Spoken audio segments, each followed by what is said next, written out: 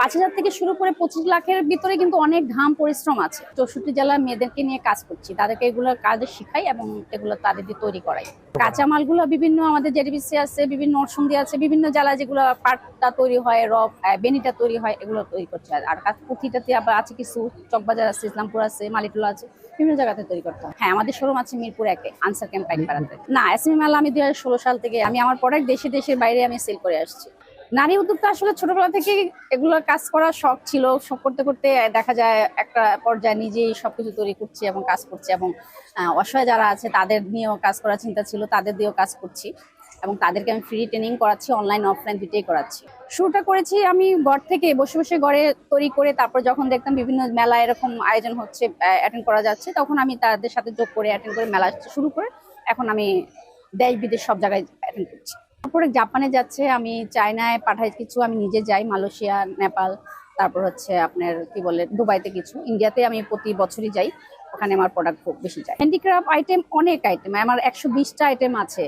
Lamp আছে, তারপরে showpiece আছে, পার্জার পণ্য, আপনার পার্স আছে, লেডিস ব্যাগ আছে, ল্যাপটপ ব্যাগ আছে, বড় শপিং ব্যাগ আছে, ছোট ব্যাগ আছে, ঝুমকা আছে, তারপরে হচ্ছে ওয়াল হ্যাঙ্গিং আছে, সিকা আছে, আইটেম অনেক।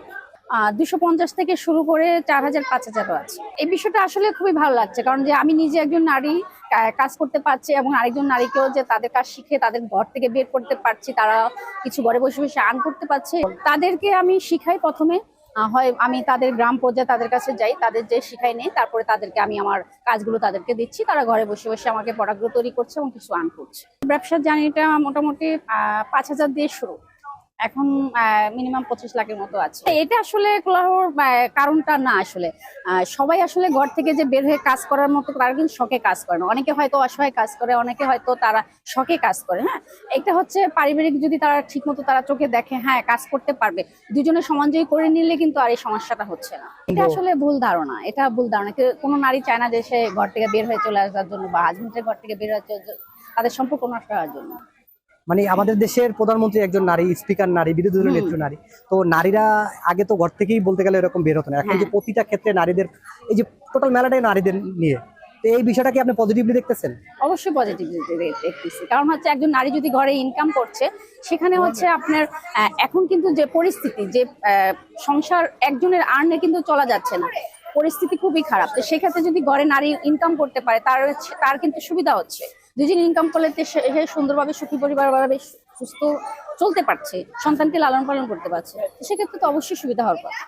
এখানে মানে কি বলে, এখানে কেন সমস্যা হবে? সমস্যা হওয়ার কথা না। যারা তরুণ, একেবারে নারী উদ্যোক্তা, যারা তরুণী একেবারে নারী উদ্যোক্তা হতে, তাদের উদ্দেশ্যে কি বলবেন? তাদের উদ্দেশ্য বলবো, তারা আসলে ঘর সংসার সবকিছু ঠিক রেখে এবং তারা যেন কিছু শুরু করে, শিখে।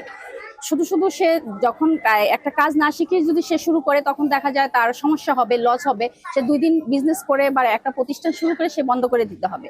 আগে তাকে জানতে হবে, শিখতে হবে, দেখতে হবে, তাকে শুরু করতে হবে। আপু, আপনি বলছিলেন যে আপনি 5,000 টাকা থেকে শুরু করছেন, এখন 25 লাখ টাকার মতো পুঁজি আছে।